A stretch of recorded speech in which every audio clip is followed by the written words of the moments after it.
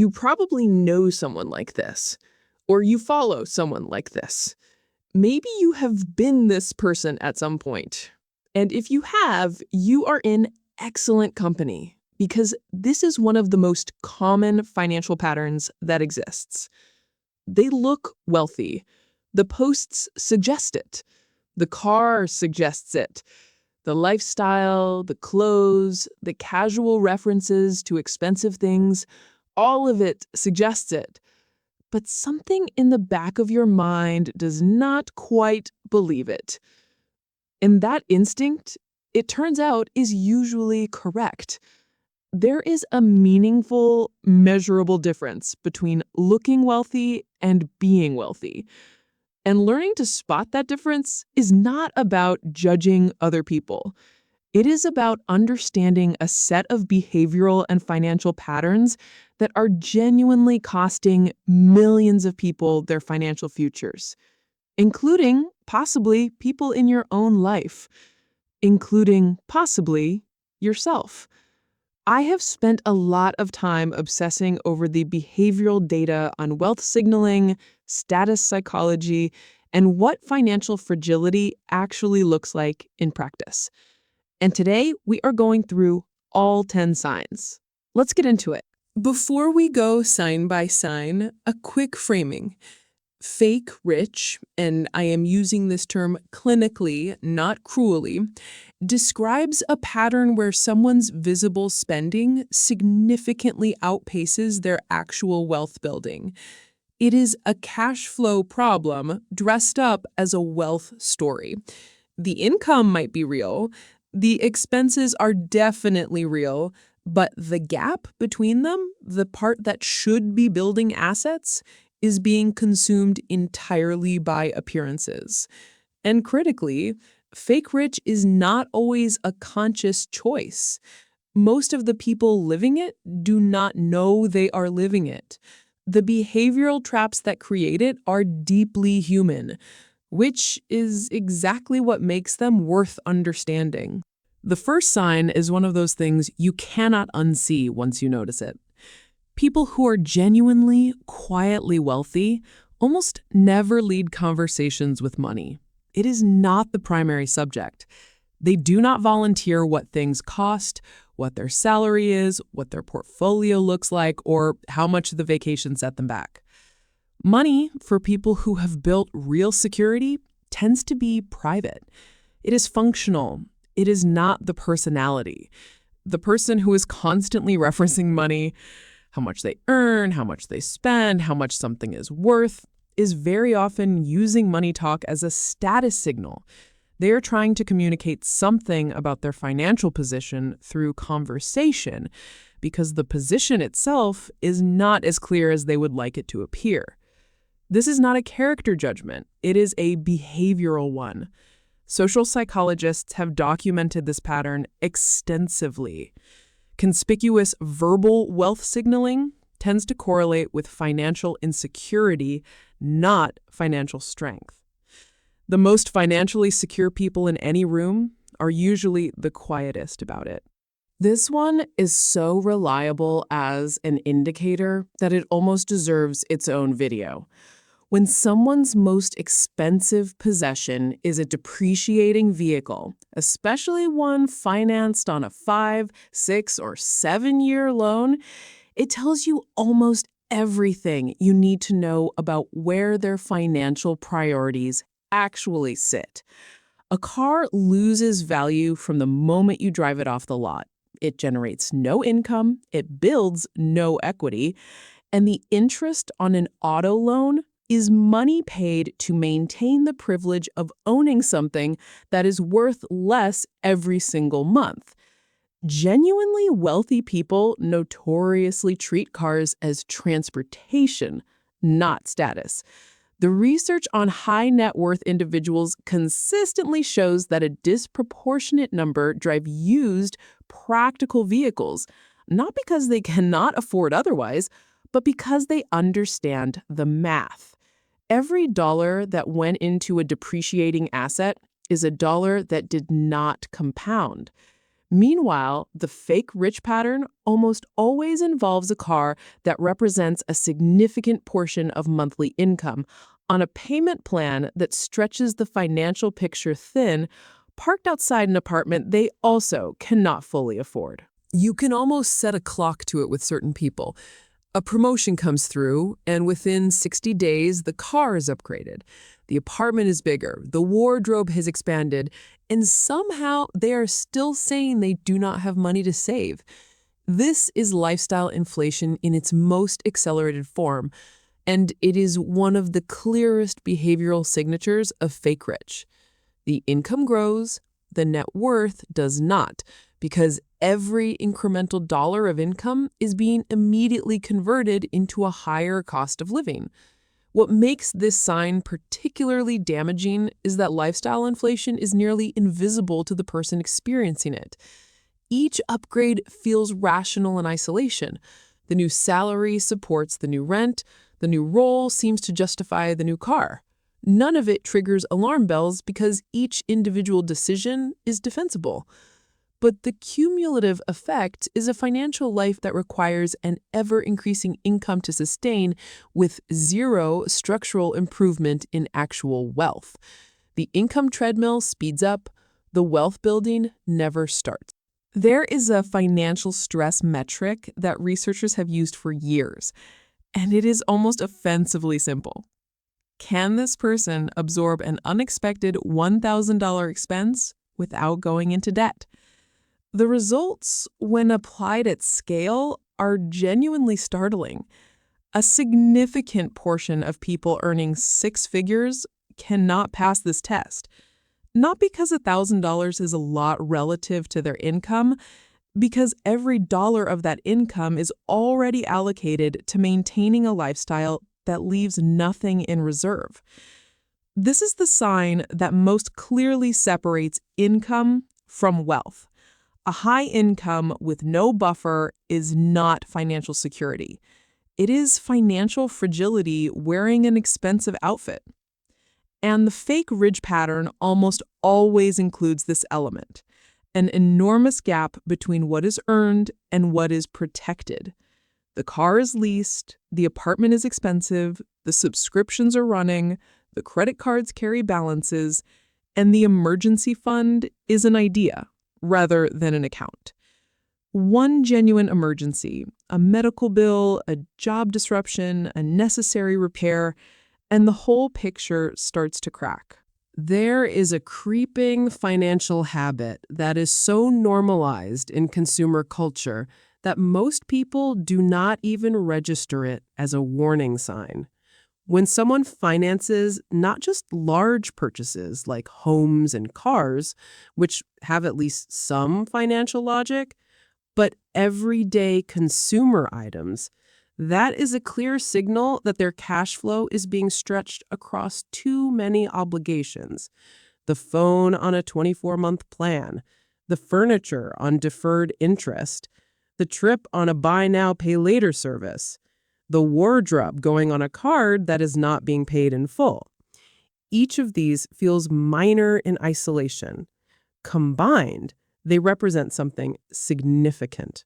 A lifestyle that cannot be sustained by actual income, held together by a web of small payment commitments that collectively consume a large portion of each paycheck before it can go anywhere useful.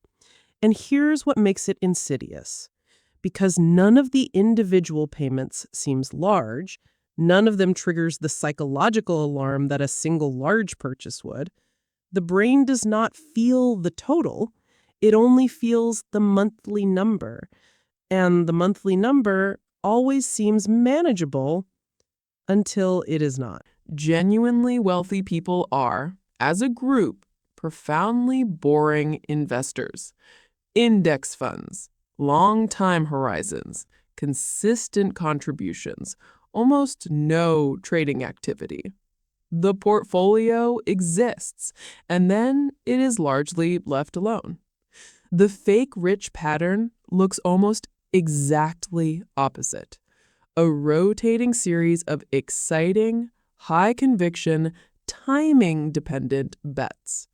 The meme stock that was going to change everything. The crypto token that a friend swore by. The multi-level opportunity that finally made sense. The course on passive income from someone with a nicer car. What these have in common is the search for a shortcut to wealth that bypasses the one mechanism that actually creates it: time.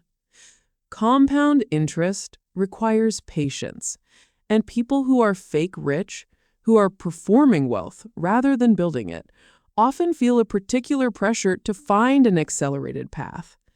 Because the slow path requires the kind of consistent surplus that their current lifestyle does not leave room for. So the hot investment is not just financially risky, it is psychologically revealing. It shows a financial picture that needs a miracle rather than a method. This sign shows up most clearly in conversation. The fake rich person talks about their income as if it is their financial status. They reference what they earn as evidence of where they are financially. And in isolation, income sounds good. $120,000 a year sounds like security.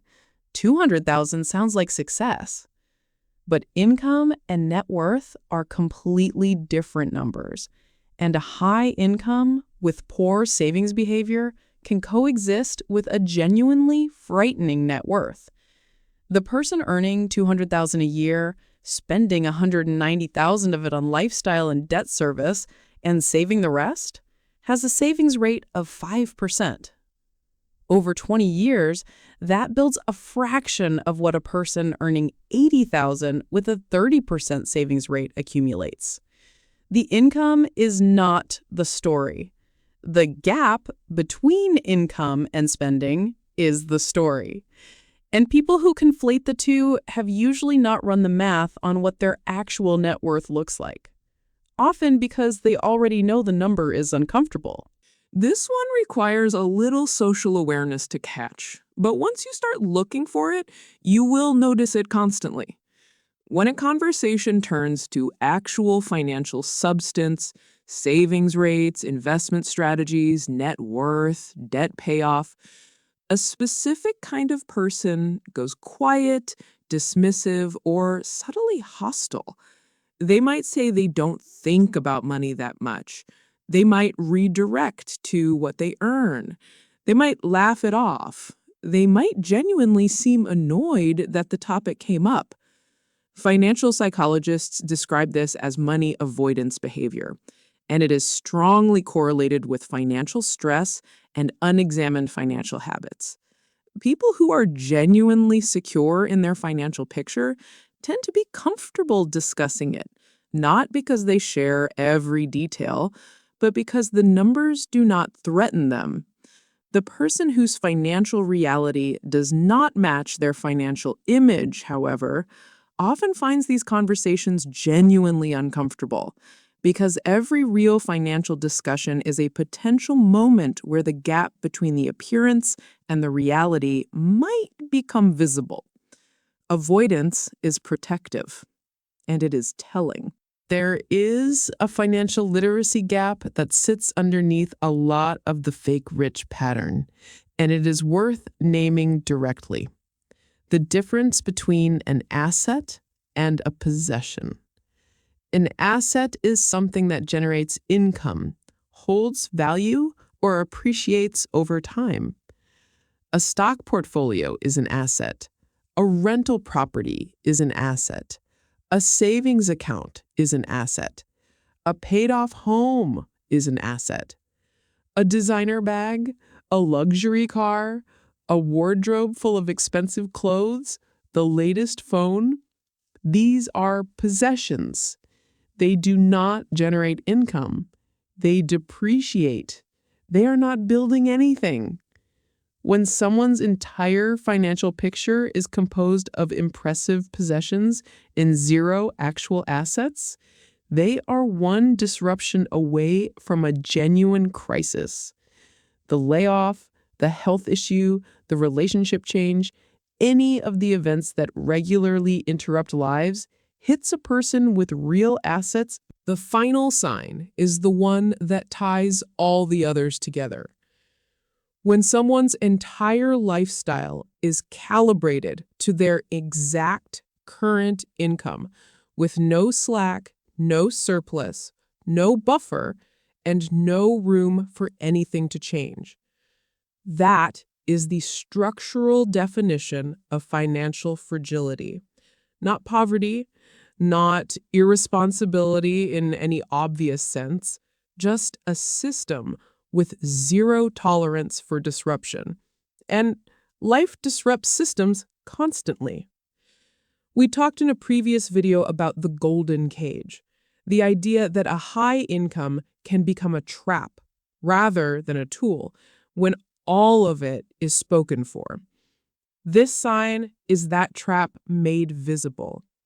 The person cannot take a lower paying job they would love because the lifestyle cannot absorb the pay cut.